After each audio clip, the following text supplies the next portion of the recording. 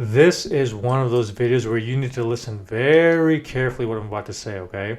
Because I know from the title and what I'm about to say, people are going to be like, yo, what the hell is Moose talking about? This guy's lost his mind. This guy's crazy.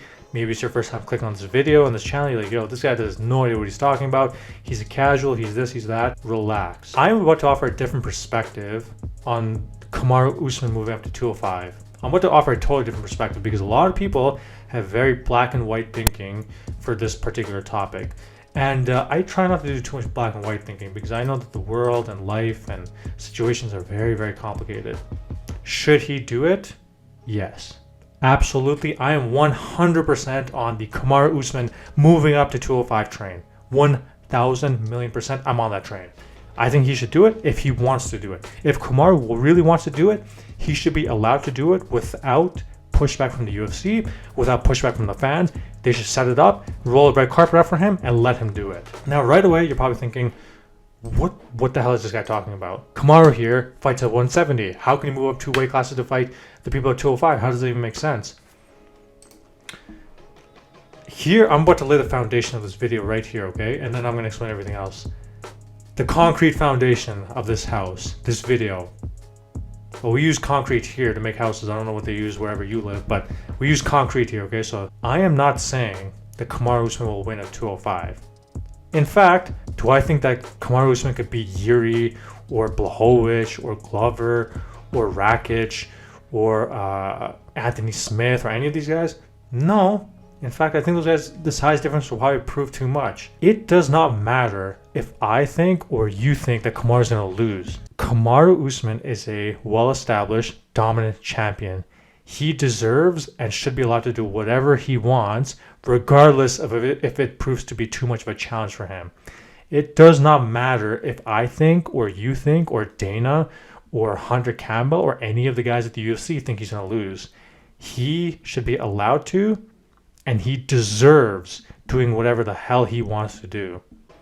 When you establish yourself as a dominant champion, you should be allowed to do whatever the hell you want to do.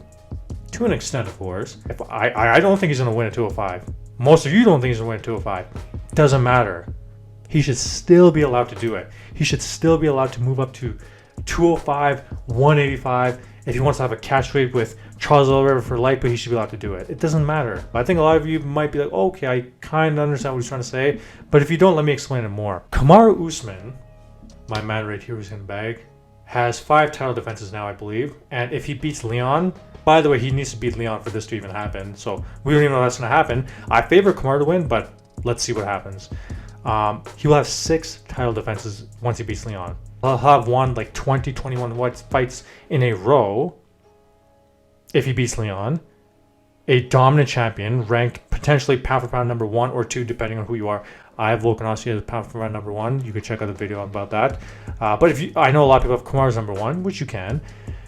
So when you are at that level, you get to do whatever the hell you want to do. They should be rolling out the red carpet for guys like this and be, yo, come on, whatever you want to do, just go do. Tell us what you want to do. You want to strive for greatness? You want to move up to light heavyweight? Tell us who you want to fight, and we're going to try to set it up. Let's take 3 names. Okay, we're going to use the past and the present now. GSP, Anderson Silva, Demetrius Johnson, okay? 3 long reigning champions from the past that we all know about. Let's start with Anderson Silva. If Anderson Silva, back when he was, long reigning champion, said, you know what, I want to move up to heavyweight. I'm going to skip light heavyweight, we're going to go straight to heavyweight. He should be allowed to do it with no pushback. Doesn't matter if you think he could have beat any of those guys. If Anderson Silva said, yo, I want to fight Brock Lesnar or Shane Carman, he should be allowed to do it. This is the thing. Okay, before I continue, why does it matter if you think he's going to lose? What happens if Kamaru moves up to 205 and loses? Does that affect your livelihood? Does that affect your personal life, your personal relationships?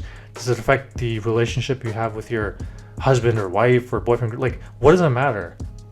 You don't have to bet on him if he moves up. Just watch the fight, be entertained, watch someone trying to strive for greatness, and that's it. If GSP said, yo, I want to move up to middleweight and fight Anderson or Chris Weidman, like after the Johnny Hendricks fight, he should be allowed to do that. If GSP said, hey, I want to move up down to lightweight and try for a second title, he should be allowed to do it. And he deserves to do it. It doesn't matter if GSP is depleted and we're like, oh, why are you going to do that? You're going to be depleted and this. It doesn't matter. Let him freaking do it. because he deserves to do it. He's a long-reigning dominant champion. If Demetrius Johnson said, yo, you know what, I've tried 135, I want to try 145 and fight Jose Aldo.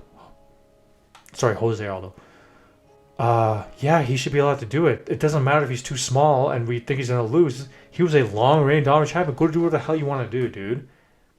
And let's see him try. The ultimate point I'm trying to make is a lot of people get like really up in arms when stuff like this comes up. But to me, it's like, yo, if someone's a dominant champion, they have a lot of title defenses, why not let them do it? If they want to do something where they might lose, who cares? All we get is the potential to see someone try to do greatness. That's it. That's all it comes down to. Now, when it comes to the topic of log jamming the divisions, he's going to fight Leon, and then the next obvious challenger is Khamzat, right? So you're going to say, oh, well, if he moves up, well, what about the Khamzat fight? No, I understand that. And that's the fight that should happen. I'm just saying, yo, when you have enough title defenses, did you start getting to kind of do a little bit of picking and choosing? The argument is that he's a dominant champion, argument platform number one.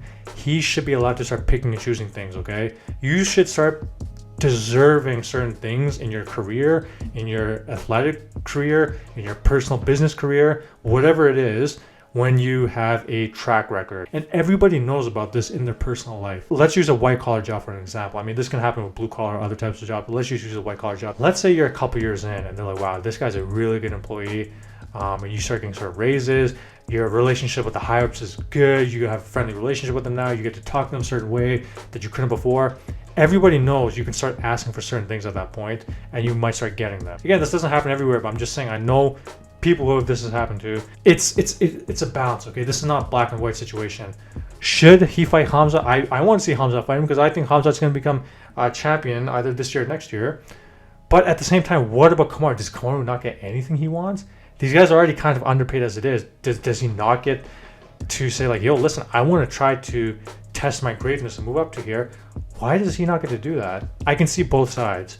On one hand, Khamzat should get it because he won rightfully so and he should be allowed to do it and you can't logjam it too much.